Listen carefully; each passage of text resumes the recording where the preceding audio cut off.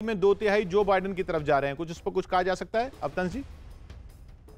नहीं, ये तो ट्रेडिशनली बहुत ही प्रोग्रेसिव अगर कहें लिबरल स्टेट रहा है मिनेसोटा। तो इसमें कोई कोई नई बात नहीं है अगर ऐसा होता है तो। जी हाँ, तो मैंने सोचा तो अभी भी उसी तरफ जा रहा है, जो बाइडेन की तरफ ही जा रहा है। लेकिन जहां जहां जो बाइडेन को उम्मीद थी, जहां जहां डेमोक्रेट्स को उम्मीद थी कि वो ट्रंप को झटका दे देंगे, वो झटका अभी ट्रंप को उस तरह का लगता दिख नहीं रहा है। कोई ऐसा बड़ा राज्य नहीं दिख रहा है जहां जो बाइडेन ट्रंप को झटका दे रहे हों और पिछली बार के जो रिजल्ट्स हैं उनको पलट सकें। तो ये अपने आप में जिस तरह जितने भी अनुमान जताए जा रहे थे उनसे उस जैसा बिल्कुल नहीं कहा जाएगा शेष जी। बिल्कुल नहीं, एक्चुअली अभी देखिए जो मेन बैटल ग्राउंड स्टेट्स हैं, इवन सीएनएन जो सबसे रिलायबल है अमेरिका में, वो भी कह रहे हैं it's too early to call. लेकिन ये जो बात अभी चल रही है फ्लैट के मर्डर के बाद ब्लैक लाइव्स मैटर का जो मूवमेंट चला, उसमें देहातों में जो रूरल एरियाज हैं वहां पे एक बहुत बड़ा कैंपेन इसने चलाया इन्होंने, ट्रंप ने, कि साहब लॉ एंड ऑर्डर जो है होना चाहिए। व्हाइट सुप्रीमेसी की जो बात उन्होंने की, वो शहरों में उतना असर उसका नहीं हुआ, क्योंकि शहरों में बहुत मिक्स पॉपुलेशन है, बहुत ज्यादा कॉस्मोपॉलिटन है। लेकिन जो वहाँ गांव है, फॉर एग्जांपल वाशिंगटन स्टेट जो है, गोल्डनेल या कीना के जो काउंटीज हैं वहाँ आसपास, और सियाटल उनका मेन बड़ा शहर है, लेकिन बाकी छोटे जो वहाँ पे गांव हैं, जो वहां पर सारे लोग ट्रंप के साथ थे, क्योंकि भाई व्हाइट को तो रहना चाहिए, यहाँ पे बाहरी लोग क्यों आ रहे हैं। तो वो देहातों में ट्रंप की ये जो निक्सन ने जो चलाया था खेल, कि अपने लोगों को जो मतलब व्हाइट सुप्रीमेसी की बात भी वहां चली है बड़े पैमाने पे। और वो अब देखें आप, जहां भी सबअर्बन एरियाज हैं, जहां बड़े शहर हैं, वहां पर तो बाइडेन मैटर कर रहे हैं, लेकिन जो रूरल एरियाज हैं वहां पर वो नहीं कर रहे हैं। तो उसके हत्या के बाद तो जो लैंड ऑर्डर की बात जो इन्होंने चलाई थी और इन्होंने इनकरेज तक किया था, अब उस दिन जो वहां पे टेक्सास में उनकी कैंपेन बस को कमला हैरिस और जो बाइडेन की कमला बस जिन लोगों ने घेर लिया था और उन पर एफबीआई की इंक्वायरी भी चल रही, उनको एक पैट्रियट कह रहे थे श्रीमान जी उसमें अपने ट्वीट में, कि इन पैट्रियट्स पर हमको गर्व है। तो इस तरह के जो बातें हुई हैं, तो उसमें वो जो व्हाइट सुप्रीमेसी की बात है वो भी उसको शहरों में कम चला के उधर चलाया, इंडस्ट्रियल एरियाज में जैसे जॉब्स बचाएंगे। अभी डिट्रॉइट में और यहाँ मिशिगन में तमाम शहरों स्टेट्स में इन्होंने जहाँ इंडस्ट्रियल एरियाज थे वहां बात की थी। तो वो सारे फैक्टर्स जो हैं वो नेगेटिव तो है ही है, लेकिन अभी जैसे ये लोग कह रहे हैं कि भाई even north Carolina, Ohio, Pennsylvania तक टू अर्ली टू कॉल है, तो इसलिए अभी बहुत कुछ हम कह नहीं सकते हैं। लेकिन ये है कि जैसा कि आमतौर पर प्रेडिक्शन वहां के मीडिया ने किया था, यानी इवन उनकी अपना जो घरेलू पॉकेट का जो गोदी मीडिया जिसको कहेंगे, फॉक्स न्यूज, उसने कहा था कि आ रहे हैं, तो उन लोगों की उम्मीदों को मुझे लगता है पानी फिरता तो नजर आ रहा है। या तो ये कुछ तस्वीरें भी दिख रही हैं हमको, जगह जगह कुछ ट्रंप समर्थकों और बाइडेन समर्थकों के बीच छोटी मोटी झड़पें हो रही हैं। लेकिन ये झड़पें सीरियस रूप ना ले लें, ये आशंका लगातार बनी हुई है अवतांश जी।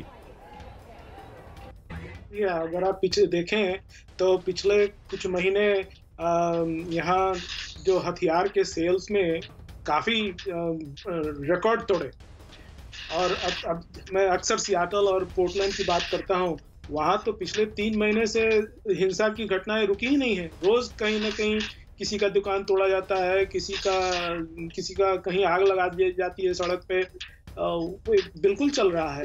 और जैसा कि हमारे पहले वाले पैनलिस्ट साहब बोल रहे थे कि शहरों में जैसे अब इलिनॉय ब्लू क्यों है, क्योंकि जो यहाँ का शिकागो की जो आबादी है वो भी पूरा कवर कर लेती है। 70% of the population of Illinois is pretty much Chicago and it's suburbs.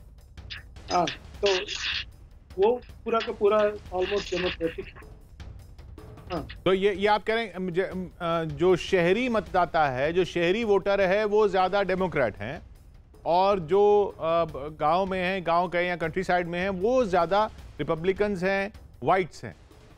क्यों अवतांश जी? हाँ, वहाँ बहुत ज्यादा मिक्स नहीं है। शहरों में तो काफ़ी प्लूरल डाइवर्सिटी काफ़ी ज़्यादा है, हर जगह से लोग आते हैं। जैसे न्यूयॉर्क की बात करते हैं तो न्यूयॉर्क एक सबसे डाइवर्स शहर माना जाता है पूरी दुनिया का। तो और ख़ास तौर से जब वैसे भी देखें तो जब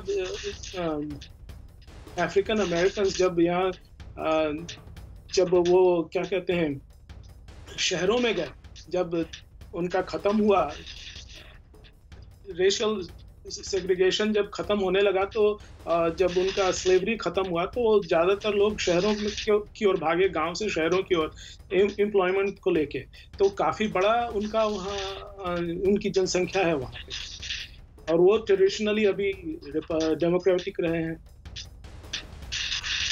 जी हाँ, तो एक बार फिर अभी तक ये आंकड़ा जो है 89-72 पर बना हुआ है। दर्शकों को एक बार फिर समझा दें कि भाई ये 270 क्या है और 270 कैसे होगा और वहां पर चुनाव कैसे होता है। तो सबसे पहली बात तो ये समझिए, राष्ट्रपति का चुनाव इलेक्टोरल कॉलेज करता है। एक इलेक्टोरल कॉलेज है, एक मंडल समझ लीजिए, जो 538 लोगों का होगा, वो उनमें से 270 जिसके पक्ष में होंगे वो राष्ट्रपति बनेगा। अब ये 538 लोग आएंगे कहां से? ये राज्यों के प्रतिनिधि होंगे इलेक्टोरल कॉलेज में। जैसे हमारे यहाँ, अगर आप हमारे यहाँ से समझने की कोशिश करें तो हमारे यहाँ तो एक तरह लोकसभा राज्यसभा होती है, वैसे समझ लीजिए जैसे लोकसभा में सीटें होती हैं, वैसे वहाँ इलेक्टोरल कॉलेज में सीटें हैं। उस इलेक्टोरल कॉलेज का काम और कुछ नहीं है, वो सिर्फ राष्ट्रपति को इलेक्ट करने के लिए होगा। तो हर राज्य बताएगा कि भाई हमारे इलेक्टोरल कॉलेज के जो इलेक्टर हैं वो इतने हैं, किस पार्टी को गए, और एक राज्य के सारे एक को जाएंगे। मतलब एक राज्य के जितने भी इलेक्टोरल कॉलेज के वोट होंगे वो सारे या तो बाइडेन को जाएंगे या ट्रंप को जाएंगे। बट नहीं सकते, 2 राज्यों में बट सकते हैं, नेब्रास्का और मेन, पर वो बहुत छोटे राज्य, उनको अगर आप छोड़ भी दें तो 435 ऐसे हाउस ऑफ रिप्रेजेंटेटिव्स वाली सीटें हैं, 100 सेनेट की, उनको जोड़ के इलेक्टोरल कॉलेज बन जाता है 535 का। 3 वहां के राजधानी क्षेत्र वॉशिंगटन डीसी, उसके इलेक्टर हैं इलेक्टोरल कॉलेज के, कुल मिला के हो गए 538। इन 538 में 270 जिसके पक्ष में होंगे वो राष्ट्रपति बन जाएगा। और ये राज्य 50 राज्य कैसे कैसे हैं देखिए, बड़े राज्य कैलिफोर्निया, टेक्सास, न्यूयॉर्क, फ्लोरिडा, ये बड़े राज्य इस हिसाब से हम कह रहे हैं कि इनके इलेक्टर सबसे ज्यादा हैं। जैसे हमारे यहाँ उत्तर प्रदेश की सीटें सबसे ज्यादा 80, ऐसे ही वहां सबसे ज्यादा कैलिफोर्निया की सीटें हैं 55, ये 55 कैलिफोर्निया की। लेकिन फर्क बस इतना है कि हमारे यहाँ जैसे उत्तर प्रदेश की 80 जो हैं, वो ऐसा नहीं होता कि ऐसा हो भी जाता है, वैसे मोदी जी के राज में तो हो ही गया था एक तरह से कि तब सारे के सारे एक ही तरफ हो गए थे, लेकिन वो सब लोग सारी सीटें जीती थी। वहां ऐसा होता है कि जिसको ज्यादा वोट मिले वो पूरा का पूरा राज्य ही उसको हो जाता है, या पूरा का पूरा राज्य के इलेक्टर ही उसके हो जाते हैं। वो ही नियम है वहां का। यहाँ हमारे यहाँ तो नियम नहीं, हमारे तो पूरे, अगर आपको 80 जीतने हैं तो 80 की 80 सीटें जीतनी पड़ेंगी। वहां ऐसा नहीं है, वहां ऐसा है कि आपने अगर वोट ज्यादा जीत लिए उस राज्य में तो पूरे के पूरे आपके हो गए। तो 55 कैलिफोर्निया के जीतेंगे तो या तो बाइडेन के जाएंगे या ट्रंप को जाएंगे। टेक्सास के 38 हैं, दूसरे नंबर पर टेक्सास, 38 के 38 या तो ट्रंप को जाएंगे या बाइडेन को जाएंगे। इसी तरह फ्लोरिडा के 29 हैं, या तो ट्रंप को जाएंगे बाइडेन को जाएंगे। न्यूयॉर्क के भी 29 हैं, ट्रंप को जाएंगे या बाइडेन को जाएंगे। उसके बाद 20-20 इलेक्टोरल कॉलेज वाले कई राज्य हैं, जैसे इलिनॉय, जहां से अफजल जी हमारे साथ जुड़े हुए हैं। इलिनॉय में ही शिकागो है, शिकागो शहर, और वो जैसा बता रहे हैं कि इलिनॉय के जो 20 हैं इलेक्टोरल कॉलेज के सदस्य, वो उसमें वोटर जो हैं ज़्यादा से ज़्यादा शिकागो में ही रहते हैं। पूरे राज्य में 70% वोटर जो हैं वो शिकागो और उसके आसपास के इलाके में ही रहते हैं। तो वो 20 इलेक्टोरल वोट वाला राज्य है। इसलिए ये आंकड़ा अभी 89 और 72 पर अटका हुआ है, क्योंकि ये जब बढ़ेगा तो पूरे राज्य के एक साथ जुड़ जाएंगे उसमें। तो अभी ये 89 से 90 जाएगा, ऐसा नहीं होने वाला। कोई राज्य जुड़ेगा तो उसके पूरे पूरे वोट हो जाएंगे। 72 से 73 नहीं होंगे अभी ट्रंप। अगर कोई बड़ा राज्य जुड़ गया 20 सीटों वाला तो 72 से सीधा 92 हो जाएंगे। ये ऐसे इनका मीटर चलेगा, और जो 270 के करीब पहुंचेगा वो राष्ट्रपति बन जाएगा। लेकिन अब इसमें मसला क्या है? मसला यह है कि कई राज्यों में इस बार मेल इन बैलेट्स बहुत हुए हैं। ज्यादातर राज्यों में मेल इन बैलेट्स क्या, डाक से, पोस्ट से दिए गए, और ये लोगों ने मतदान के दिन से पहले ही डाक से भेज दिए। हमारे यहाँ तो कुछ ही लोगों को अधिकार है पोस्टल बैलेट का, कि जैसे आप फौजी हैं, बॉर्डर पर हैं, वो आप पोस्टल बैलेट से वोट कर सकते हैं। वहाँ ऐसा नहीं।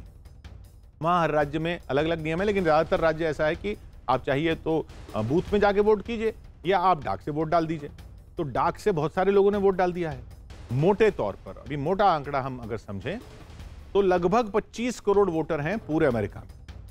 25 करोड़ वोट, ये माना जा रहा है 15-16 करोड़ लोग वोट डालेंगे। जब तक वोटिंग खत्म होगी 15-16 करोड़ वोट डालेंगे, आज या वोट डालेंगे उन 25 में से।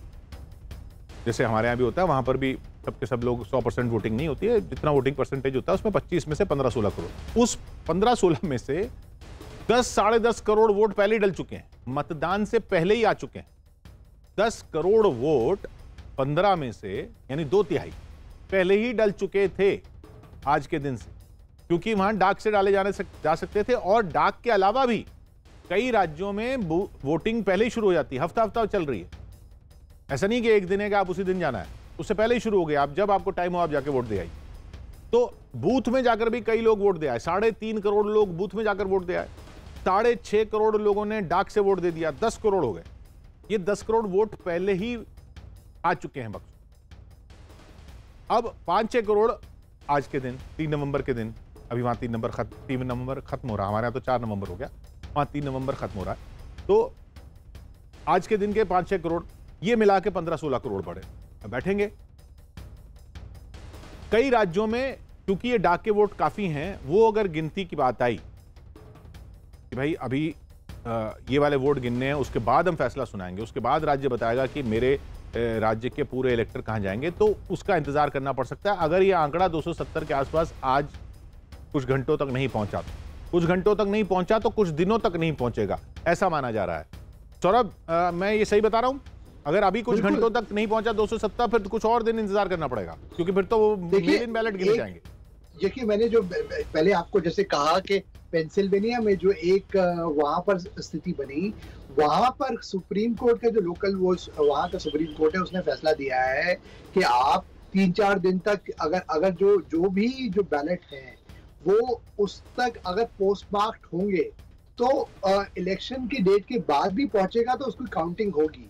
तो अगर ऐसा होगा कि वहां पर बिल्कुल कांटे की टक्कर है तो वहां का जो इलेक्शन रिजल्ट है वो डिले हो सकता है। इसलिए जरूरी नहीं है कि आज ही सारे जो नतीजे आ जाएं। हाँ, ये बात और है कि अगर ऐसी बढ़त मिल गई किसी भी कैंडिडेट को कि वो पेंसिल्वेनिया के नतीजे आने पर भी उसका मतलब उस पर फर्क नहीं पड़ेगा, अगर 270 के पार वो कर गए तब उस रिजल्ट की इतनी ज्यादा महत्व नहीं रहेगा। पर बाकी जो चीज है वो बड़ा साफ है कि अगर ये जो बैटल ग्राउंड स्टेट्स है, फ्लोरिडा जैसे, फ्लोरिडा में इस वक्त डोनाल्ड ट्रंप काफी 3% की उनकी बढ़त है, जो काफी बड़ी बढ़त है इस वक्त। अगर वो जीत जाते हैं तो काफी और ज्यादा रोमांचक हो जाएगा। और मैं जो कहता हूँ कि जो पोलस्टर्स थे उनको दोबारा से ये सोचना पड़ेगा कि क्या फैक्टर है उन्होंने मिस कर दिया। तो मुझे लगता है अभी भी don't write of any of the candidate yet, अभी पिक्चर काफी बड़ी बाकी है। यहाँ पिक्चर अभी काफी बाकी है। पेंसिल्वेनिया का जिक्र किया तंज जी, सौरभ ने। पेंसिल्वेनिया के 20 इलेक्टोरल कॉलेज के वोट हैं और वहाँ सुप्रीम कोर्ट ने कहा है कि भाई ये जो मतदान के दिन के बाद भी वोट अगर डाक से आ रहे हैं तो उनको भी गिनना है, और उनके गिनने की नौबत आई। और पेंसिल्वेनिया के 20 इलेक्टोरल कॉलेज के वोट जो है, इलेक्टोरल वोट जो है, उनका अगर उसके नतीजे का इंतजार करना पड़ गया तो काफी दिन लग सकते हैं। क्यों तंज जी? हाँ, ऐसा है। ऐसा अगर होता है तो समय तो लगेगा ही, लेकिन वो जो बैलेट्स जो आएंगे वो आज के दिन पोस्ट मार्क होने चाहिए। तो वो जब भी आए, जब उनका इंतजार करना पड़ेगा। पता नहीं, कोर्ट ने ये नहीं कहा है, आई डोंट नो कि कितने दिन तक उसका इंतजार करना पड़ेगा। और जैसा कि भाई साहब ने अभी कहा कि अगर वैसा मौका आता है तो अगर उस बिना पेंसिल्वेनिया के ही ज्यादा सीट जीत जाते हैं ट्रंप साहब, तो फिर इररिलेवेंट हो जाएगा पेंसिल्वेनिया। हाँ जी, अगर 270 पहुंच जाते हैं ट्रंप या 270 पहुंच जाते हैं बाइडेन, तब तो बात नहीं बनेगी। लेकिन अगर समझ लीजिए ये जो 538 हैं, इनमें से सोचिए कि 450 का आ गया, 450 के बारे में पता चल गया, 450 इलेक्टोरल कॉलेज के वोट का नतीजा आ गया, और वो 450 जो है वो 250 डिवाइडेड है, तो फिर आगे 270 तक पहुंचने के लिए जो बाकी बचे हुए 100 हैं, 80 हैं, 90 हैं, उनका इंतजार करना पड़ेगा। और वो 80, 90, 100 जो हैं वो हो सकता है दिनों बाद आए। जरूर ऐसा हो सकता है। और हर राज्य में जैसा कि आपने बताया ना अभी कि हर राज्य में इलेक्शन को सर्टिफाई करने का अपना अलग अलग तरीका है, अपना अलग अलग उसके कायदे कानून है। तो सेक्रेटरी ऑफ स्टेट यूजुअली उसको सर्टिफाई करते हैं। और अगर जैसे सबको मालूम ही होगा फ्लोरिडा में कैसे हुआ, अगर मार्जिन कम हुआ तो कैंडिडेट्स रिकाउंट का भी डिमांड कर सकते हैं। ऐसा अगर मार्जिन सर्टेन दायरे में हुआ तो एक तो ऑटोमेटिक रिकाउंट होता है, उसके बाद कुछ और रेंज थोड़ा ज़्यादा है तो कैंडिडेट्स उसको फिर से रिकाउंट के लिए डिमांड कर सकते हैं लीगली। तो अगर वैसी स्थिति आई तो काफी लंबा खिंच जाएगा, लेकिन शायद ऐसी स्थिति ना आए। जी हाँ, मतलब आप तो वहां बैठे हैं और इसलिए उम्मीद भी कर रहे हैं, और दुनिया भी शायद उम्मीद कर रही है कि भाई ऐसी स्थिति ना आए कि हफ्तों बैठे हुए हैं कि साहब एक राज्य का नतीजा आएगा। और जैसा आपने कहा कि राज्यों को डिक्लेयर करना है कि हमारे यहाँ कौन जीता। वो कोई एक चुनाव आयोग नहीं है, हमारी तरह इलेक्शन कमीशन नहीं है कि भाई इसको इतनी सीटें ना, राज्य बताएंगे कि हमारे यहाँ ये पार्टी जीती, ये कैंडिडेट जीता और इसको मिले हमारे राज्य के सारे इलेक्टर। शेष जी, ये बात हमारे लोगों को समझना बहुत जरूरी है, जो अभी अवतन जी भी कह रहे हैं। वहाँ पे एक्चुअली हर राज्य के अलग अलग नियम हैं और वो नियम और उनके अलग अलग कोर्ट्स हैं, तो वो अलग तरीके से पेंसिल्वेनिया का भी अभी बात हुई, तो वो जब तक वो सर्टिफाई नहीं करते तब तक तो वो गिनती में गिना नहीं जाएगा। और वो उनके सही बात ये है कि सबके प्रेजुडिसेस भी होते हैं क्योंकि सारे लोग इलेक्शन के मार्फत ही आते हैं, तो वो काफी लंबा प्रोसेस हो जाता है। अब आपको अल गोर का याद होगा कि पॉपुलर वोट वो जीत गए थे और उन्होंने एक वोट गिनवाया, जॉर्ज बुश बेचारे हफ्तों इंतजार करते रह गए थे। पिछली जब अल गोर और जॉर्ज बुश का इलेक्शन, जॉर्ज डब्ल्यू बुश का इलेक्शन हुआ था, तो वो प्रोसेस है और सब लॉ में प्रोवाइडेड है। बस सबसे बड़ा खतरा वहां इस वक्त यही है, जैसे आप बता रहे हैं कि जो झगड़े हो रहे हैं, तो अगर वो झगड़ों का सीन बनता है तब मामला गड़बड़ा जाएगा। अब पेंसिल्वेनिया की जैसे हम लोग बात करते हैं, विस्कॉन्सिन की बात कर रहे थे, तो यहाँ भी झगड़े हो सकते हैं क्योंकि यहाँ भी बहुत ही क्लोज कंटेस्ट हो गया और डेमोक्रेट्स ये मान के चल रहे थे कि यहाँ इनको सफलता मिलने ही वाली है और वो अपने डोनाल्ड ट्रंप उसमें कॉन्फिडेंस में थे। और जैसा कि आमतौर पर माना जा रहा था कि इसके पैंडेमिक की वजह से या मिसमैनेजमेंट ऑफ इकोनॉमी की वजह से उनसे लोग नाराज होंगे, वो ऐसा लग नहीं रहा है। वहां लग रहा है कि वहाँ वो उनका व्हाइट सुप्रीमेसिस्ट का उनका कार्ड चल गया है और फ्लॉयड के जो पुलिस वालों ने मारा था उसके खिलाफ जो ब्लैक लाइव्स मैटर चला था उसको उन्होंने गुंडा कह दिया था। तो वो एक रिवर्स पोलराइजेशन हमें लगता है वहां हुआ है और उसका बेनिफिट उनको डोनाल्ड ट्रंप को मिल रहा है। ये एक सच्चाई है जिसको कि बाद में लोग एनालिसिस करते रहेंगे, लेकिन अभी तो आज काउंटिंग अभी शुरू हुई है और अभी ये समझ में धीरे धीरे बात आने लगी। जी हाँ, और आप ये देखिए ना कि शुरुआती ज़रूर कुछ डर लग रहा था कि डोनाल्ड ट्रंप कहीं टेक्सास में तो पीछे नहीं हो रहे, ऐसी स्टेट जो रिपब्लिकन्स कभी हारे ही नहीं है 50 साल में, या ओहायो में तो नहीं झटका लगा, लेकिन ऐसा अब वो धीरे धीरे झटके जो हैं वो स्मूथ होते चले जा रहे हैं डोनाल्ड ट्रंप के लिए। आप ये देखिए कि ओहायो में भी डोनाल्ड ट्रंप आगे चल रहे हैं। ये जो राज्य हैं ना जिन पे नज़र बनी हुई थी, उनमें फ्लोरिडा में डोनाल्ड ट्रंप आगे चल रहे हैं, जॉर्जिया में डोनाल्ड ट्रंप आगे चल रहे हैं, मिशिगन में डोनाल्ड ट्रंप आगे चल रहे हैं, नॉर्थ कैरोलिना में डोनाल्ड ट्रंप आगे चल रहे हैं। हालांकि बहुत ही कांटे का मुकाबला है, लेकिन फिर भी अभी की रिपोर्टिंग यह है कि वो थोड़ा सा आगे बने हुए हैं। ओहायो में वो आगे हो गए हैं और काफ़ी बढ़त बना ली है, और पेंसिल्वेनिया में वो आगे चल रहे हैं, टेक्सास में आगे हो गए हैं थोड़े से शुरुआती बुरी खबरों के बाद, विस्कॉन्सिन में आगे हो गए हैं। तो अवतंस जी, ये ऐसा लग रहा है डोनाल्ड ट्रंप जो पिछली बार जहां जीते थे वो तो जगहें रिटेन कर ही रहे हैं। ये ज़रूर है शायद जो बाइडन हिलरी क्लिंटन से बेहतर कर रहे हैं, लेकिन वो बेहतर क्या इतना बेहतर होगा कि वो डोनाल्ड ट्रंप को पीछे छोड़ दें? अब ये तो पूरा जैसा प्रोफेसर साहब ने कहा था कि पूरा इंतजार करने के बाद ही पता चलेगा, लेकिन जहां तक लोगों को शुरुआती अंदेशा था कि शायद बाइडेन साहब इन जो सीलिंग्स हैं, जो पिछली बार जो थोड़े बहुत वोटों से हार गए थे, वो शायद उसको कवर कर सकें। तो अभी तक देखने से तो ऐसा नहीं लगता है कि कोई भी वो स्टेट पलट नहीं पा रहे हैं, अभी तक ऐसा लग नहीं रहा है। और आगे क्या हो तो नहीं कह सकते हैं, लेकिन फिलहाल ऐसा नहीं लग रहा है कि उन सब स्टेट्स में जिनमें डोनाल्ड ट्रंप साहब थोड़े बहुत वोटों से ही जीते थे, अंतर बहुत कम था, उसमें लग नहीं रहा कि अभी फिलहाल की रुझानों के हिसाब से कि बाइडेन साहब उसको फ्लिप कर पाएंगे। जी हाँ, और जो बाइडेन के लिए अगर कुछ अच्छी खबरें अगर कहें या थोड़े से जो अभी अच्छे संकेत कहें, वो सिर्फ एरिजोना, आयोवा और न्यू हैम्पशायर से आ रहे हैं। न्यू हैम्पशायर में सिर्फ 4 सीटें हैं, आयोवा में सिर्फ 6 वोट हैं, छोटे राज्य हैं, एरिजोना में ज़रूर 11 हैं, वहाँ से ज़रूर कुछ अच्छे संकेत आ रहे हैं। इसके अलावा वैसे संकेत बाकी जगहों से नहीं आ रहे जैसी उम्मीद की जा रही थी। अफ्तान जी, राइट। और इवन अगर एरिजोना हार भी जाते हैं तो भी डोनाल्ड ट्रंप साहब अगर ये बाकी सबको रिटेन कर पाते हैं तो उनकी ओवरऑल 270 पर कोई फर्क नहीं पड़ने वाला है, मुझे नहीं लगता। जी हाँ, वो तो उनका पिछली बार 300 से ऊपर का था आंकड़ा। राइट। पिछली बार 300 से ऊपर था, 270 चाहिए, तो काफी ऐसे राज्य पलटने पड़ेंगे जो बाइडेन को, जो पिछली बार ट्रंप ने जीते थे, तब वो पहुंच पाएंगे। हिलरी क्लिंटन से बेहतर करना ही अपने आप में पैमाना नहीं है। नीरज, आपके पास क्या खबर?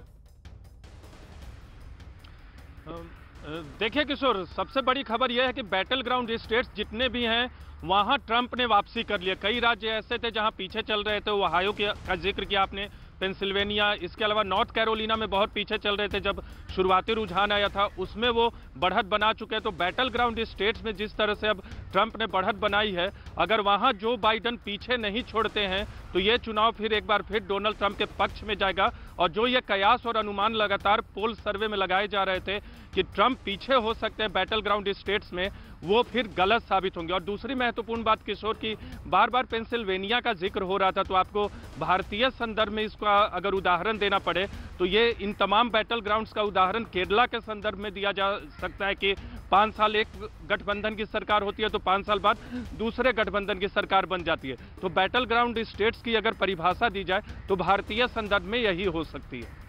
जी हाँ, तो जिन राज्यों पर नजर थी, जिन राज्यों से जो बाइडेन को उम्मीद थी, उन राज्यों पर को एक बार फिर देख लेते हैं। उन राज्यों के नाम बता देते हैं आपको। एरिजोना 11 वोट के साथ Arizona, Florida 29, Georgia 16, Iowa 6, Michigan, Nevada, New Hampshire, North Carolina, Ohio, Pennsylvania, Texas, Wisconsin, ये वो राज्य थे जहां से जो बाइडेन को उम्मीद थी।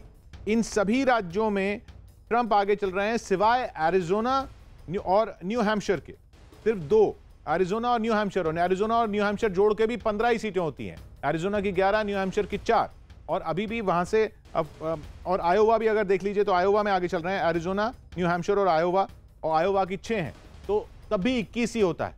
जबकि ट्रंप जो हैं उनको वो अगर पिछली बार सारे उन्होंने वो जीत लिए जहां से वो पिछली बार जीते थे, और ये 15-20 का अगर उनको नुकसान भी हो गया तो भी वो 270 के ऊपर ही रहेंगे, क्योंकि वो पिछली बार 306 पे थे। तो ये जो बाइडेन को कुछ बड़ा उलट फेर करना पड़ेगा, तब जाके वो डोनाल्ड ट्रंप को चुनौती दे पाएंगे। अभी ये 94 और 72 की जो लीड उनकी दिख रही है जो बाइडेन की, वो मायने ज्यादा नहीं रखती है, क्योंकि जैसा हम बार बार बता रहे हैं, राज्य जब कोई एक इनमें से जीतता है तो राज्य के पूरे वोट जो है उसके हाथ में चले जाते हैं। तो अभी जैसे ही किसी बड़े राज्य का नतीजा आएगा, बड़े राज्य 5 बड़े राज्य हैं, 4 बड़े राज्य हैं, उनकी बात हम आपको एक बार फिर बता दें। बड़े राज्य 55 सीट के साथ कैलिफोर्निया, 38 के साथ, यहां देख लेते हैं, 55 के साथ कैलिफोर्निया, 38 के साथ टेक्सास, 29 के साथ फ्लोरिडा और 29 का न्यूयॉर्क। इनमें इनका जैसे कोई नतीजा आता है तो वो एकदम से जुड़ेगा इस आंकड़े में। जैसे 38 टेक्सास का अगर आएगा तो 38 जुड़ जाएगा, और 38 टेक्सास का ये समझ लीजिए कि अभी डोनाल्ड ट्रंप के 72 हैं, उनमें 38 अगर जुड़ जाएंगे तो सीधा 110 हो जाएंगे। ऐसे यहां पर आंकड़ा बढ़ने वाला है। तो अभी जो बाइडेन के लिए धीरे धीरे जहां से शुरुआत हुई थी, जैसे ही नतीजे आना शुरू हुए थे, उसके बाद धीरे धीरे चुनौतियां जो हैं वो बढ़ती चली जा रही हैं। अफ्तान जी, बिल्कुल सही कहा आपने। और जब इन सब के नतीजे आएंगे, एक साथ आएंगे, तो एक साथ में करीब 50-60 सीटें एक साथ पड़ेंगी जब सब इनके नतीजे आएंगे। तो 29, 16, 15 ऐसे करके देखें तो 50-60 सीट एक ही साथ इधर से उधर हो जाएंगे। केश जी, मैं ये कह रहा जी बोले पेंसिल्वेनिया के तिहाई वोट भी नहीं गिने गए हैं। हाँ, तो इसलिए अभी पेंसिल्वेनिया को पर कोई व्यू लेना ठीक नहीं है, क्योंकि पेंसिल्वेनिया में ये बहुत अनपॉपुलर रहे श्रीमान जी, और वो उन्होंने उस पर मेहनत भी की। कमला हैरिस के खिलाफ जो कैंपेन उन्होंने चलाई थी, तो उसको बैलेंस काफी कुछ करने की कोशिश की है, लेकिन जो पेंसिल्वेनिया में जो ब्लैक्स हैं और जो कलर्ड कम्युनिटीज हैं, वो किसी ने वोट नहीं दिया। तो वो एक फैक्टर है, वो तिहाई में नहीं गिने गए हैं, वो उस पर नजर रखनी पड़ेगी। और नहीं, मैं इसलिए इसको ये कह रहा हूं कि ये जो राज्य हैं, जो स्विंग स्टेट्स कह लीजिए, बैटल ग्राउंड स्टेट्स कह लीजिए, जो राज्य जिनको बाइडेन जहां से उम्मीद बनाए बैठे थे, Arizona, Florida, Georgia, Iowa, Michigan, Nevada, New Hampshire, Carolina, Ohio, Pennsylvania, Texas और विस्कॉन्सिन, ये नहीं हम कह रहे हैं कि इसमें ज्यादा वोट किसमें गिन लिए गए। जैसे आपने कहा पेंसिल्वेनिया में भी 1/3 वोट भी नहीं गिने गए हैं, लेकिन इनमें से शुरुआती चाहे कितने भी वोट गिने गए हों, बढ़त जो बाइडेन सिर्फ एरिजोना, आयोवा और न्यू हैम्पशायर में ही बना पाए, उसके अलावा नहीं बना पाए, ये कह रहा हूं मैं शेष जी। बाकी में yes you right, absolutely right. लेकिन अब वो वही है, वेस्ट कोस्ट के जब आएंगे, जो ट्रेडिशनली इनके डेमोक्रेटिक स्टेट्स हैं, जैसे कैलिफोर्निया का अभी तो वहां शुरू ही नहीं हुआ, तो वो चीजें जो हैं वो भी दिमाग में रखने की हैं। तो I don't think we should be jumping the gun, क्योंकि अभी जो सर्वेज हैं और उनको अभी मुझे लगता है कि हम अभी उनके खिलाफ भाषण शुरू न करें, क्योंकि हो सकता है कि क्योंकि वो बहुत ही कॉम्प्लिकेटेड प्रोसेस है ना वो अब जैसे लोग कह रहे थे, इन्होंने मुकदमा करने की प्लान बनाई हुई थी ट्रम्प ने, जैसे जो अर्ली वोट्स हैं या ड्राइव थ्रू वोट्स हैं, उनको हम नहीं मानेंगे, उसके लिए मुकदमा कर देंगे। वो सारे फैक्टर्स भी करने पड़ेंगे। अगर ये 19-20 का मामला हुआ तो 100% ये मामला डिले होगा, सुप्रीम कोर्ट जरूर ले जाएंगे। हाँ, अगर 15-20 का डिफरेंस होगा तब फिर ये कुछ नहीं करेंगे, और अगर क्लियर कट जीत गए तब तो इलेक्शन हो जाएगा, क्योंकि डेमोक्रेट्स की तरफ से कोई इस तरह की धमकी नहीं आई। लेकिन अवतांश जी, फ्लोरिडा में कांटे की टक्कर बताई जा रही थी, ऐसा लग नहीं रहा, काफी लीड धीरे धीरे बना ली है ट्रंप ने। इसका मतलब जो भी अनुमान लगाने वाले थे, जो भी विश्लेषक थे, जो भी मीडिया था, उसको अंदाजा नहीं था, या तो अंदाजा नहीं था या उन्होंने जानबूझ के ऐसी हवा बनाने की कोशिश की।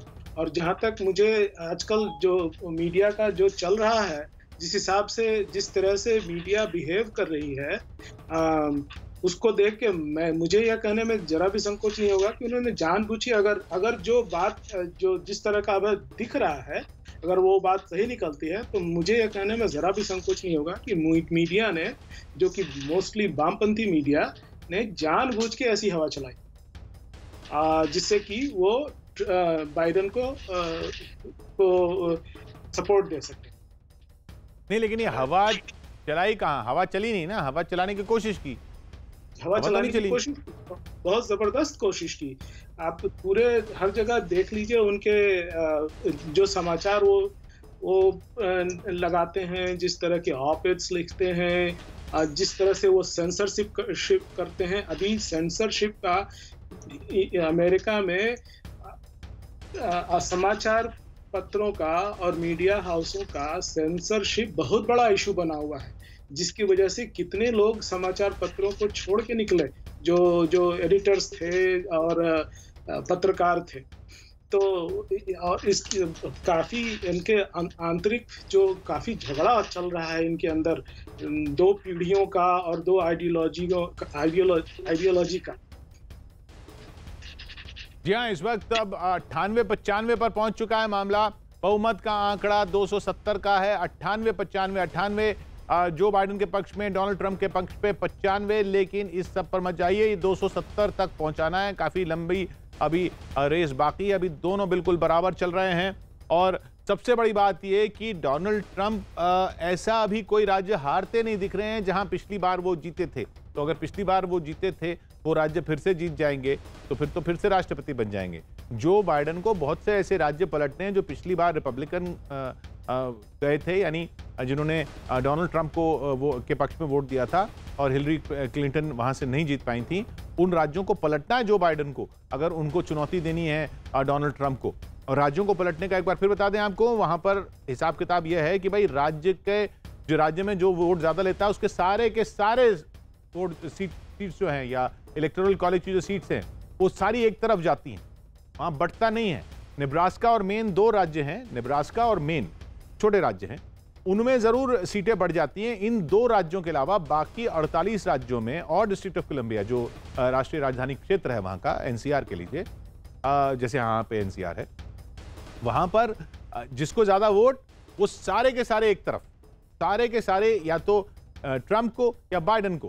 कैलिफोर्निया के 55 के 55 या तो बाइडेन को जाएंगे या ट्रंप को जाएंगे, माना तो ये जा रहा है बाइडेन को जाएंगे, या टेक्सास के 38 के 38 ट्रंप को जाएंगे या बाइडेन को जाएंगे, जो माना जा रहा है ट्रंप को जाएंगे। तो इसीलिए वहां पर जो ये लोग कहते हैं ना रेड स्टेट है और ब्लू स्टेट है, मतलब वो गढ़ माने जाते हैं उनके, भाई ये स्टेट ब्लू स्टेट है, मतलब डेमोक्रेट्स का गढ़ है, जैसे न्यूयॉर्क या इलिनॉय, ये ब्लू स्टेट है, ये तो पूरे के पूरे इसके सारे वोट जो हैं वो एक उम्मीदवार को जाने वाले हैं। न्यूयॉर्क जो है वो डेमोक्रेट्स का माना जाता है, इलिनॉय जो है वो डेमोक्रेट्स का माना जाता है। इलिनॉय से हमारे साथ अब तक जुड़े हुए हैं, तो इलिनॉय की 20 सीटें हैं वो डेमोक्रेट्स को जाएंगी, न्यूयॉर्क की 29 सीटें हैं वो डेमोक्रेट्स को जाएंगी।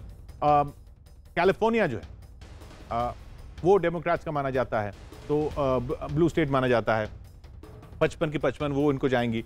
लेकिन टेक्सास जो है, ये टेक्सास ये रेड स्टेट मानी जाती है, रिपब्लिकन्स की मानी जाती है, 38 सीटें जो हैं ये डोनाल्ड ट्रंप को जाएंगी, ये सब माना जा रहा है। लेकिन बाकी जो कई स्विंग स्टेट्स हैं, जो छोटे राज्य हैं, जहां से उम्मीद है कि जहां से जो बाइडेन को उम्मीद थी, वहां ऐसा कुछ हो नहीं रहा है कि वो डोनाल्ड ट्रंप को चुनौती दे सकें, डोनाल्ड ट्रंप को पीछे छोड़ सकें। जैसे यूटा में भी डोनाल्ड ट्रंप को बढ़त मिल रही है, साउथ कैरोलिना में भी ट्रंप आगे चल रहे हैं। ये सब देखते हुए बहुत मुश्किल लगता जा रहा है। अभी टू क्लोज टू कॉल, अभी तो कोई कुछ कहा नहीं जा सकता, लेकिन जैसा माना जा रहा था कि काउंटिंग शुरू होगी, आएंगे नतीजे, वैसा तो कुछ भी नहीं हो रहा है, ये जरूर कह सकते हैं अभी। शेष जी बिल्कुल सही है। अभी हालांकि टू अर्ली टू कॉल है, लेकिन जो ट्रेंड्स हैं, तो जितना देखो, उसमें अभी जो मीडिया की बात हो रही थी उस पर मेरी जो ओपिनियन है मैं कहना चले। देखिए, मीडिया के लोग ज्यादातर अर्बन सेंटर्स में हैं और पेंडेमिक का जो असर अर्बन सेंटर्स पे ज्यादा था, इकोनॉमी की जो दुर्दशा थी वो अर्बन सेंटर्स पे ज्यादा थी, वहां लोग परेशान थे। तो उसमें ये कहना कि मीडिया बायस था, ये कहना ठीक नहीं होगा, क्योंकि इनका अपनी जो जेबी चैनल है, जैसे फॉक्स न्यूज है, वो इनके हर चीज को जस्टिफाई करता है। न्यूयॉर्क पोस्ट है, न्यूयॉर्क टाइम्स नहीं, न्यूयॉर्क पोस्ट, वो इनकी हर बात को जस्टिफाई करता है। तो इवन फॉक्स न्यूज ने इनको 45% इनके जीतने के चांस दिए थे और उनका 53% दिया था जो बाइडेन का। तो इसलिए मीडिया की नीयत पर शक करने का मेरा ख्याल स्पेस नहीं है। यह है कि वो जो परसेप्शन जो जहां पे वो है वहां पे जो था वो था, और अभी frankly it's too early to call, क्योंकि अभी हम मीडिया को पूरे के पूरे अमेरिकन मीडिया को राइट ऑफ करने का मेरा ख्याल है अभी समय नहीं है। नहीं तो अवतांश जी, ये नीयत पे सवाल है, मीडिया के विश्लेषकों के पोल करने वालों की नीयत पे सवाल है, या उनकी कॉम्पिटेंस पे सवाल है, उनकी कार्यकुशलता पर सवाल है कि भाई वो क्या, ये किस तरह का अनुमान लगा रहे थे वो? दोनों बात हो सकती है। मेरे यहाँ तक मेरा सवाल है, मुझे लगता है दोनों बात हो सकती है। लेकिन मैं इस बात से सहमत नहीं हूँ कि उनका जो आइडियोलॉजिकल प्रेफरेंस है वो सर्टेनली डोनाल्ड ट्रंप नहीं है। अभी जब आप मोनोलॉग कर रहे थे तो मैंने जल्दी से देखा, अपने ट्विटर फीड पे देखा, तो देखिए मिच मैकॉनेल को भी लोग कह रहे थे कि ये हार जाएंगे, वो जीत गए। लिंडसे ग्रैहम को कह रहे थे कि वो हार जाएंगे, वो जीत गए। अब ये सब छोटी मोटी सेनेट की सीटें नहीं हैं, ये काफी महत्वपूर्ण सीटें थी, और अगर मीडिया में देखा जाए तो लोग कह रहे थे कि ये लोग हार रहे हैं, लेकिन ये दोनों जीत गए। और खैर इसको बहुत ज्यादा दूर तक ले जाने की जरूरत नहीं है कि इनका क्या रोल रहा है। अगर पैंडेमिक की भी बात करें तो शुरू से ही देखिए, आप सिर्फ मीडिया की बात क्यों करें, हम टेक्निकल मीडिया की को भी देखिए। आपको मालूम होगा जब हमारे ट्रम्प साहब ने HCQ की बात की, हाइड्रोक्लोरोक्विन की बात की, उसके कुछ दिन बाद ही लैंसेट जैसे वेरी रेप्यूटेबल मेडिकल जर्नल ने एक पेपर पब्लिश किया जिसमें उन्होंने इस बात को बिल्कुल खारिज कर दिया कि HCQ कुछ नहीं होता, उससे कोई फायदा नहीं है और उसका बुरा असर भी होता है।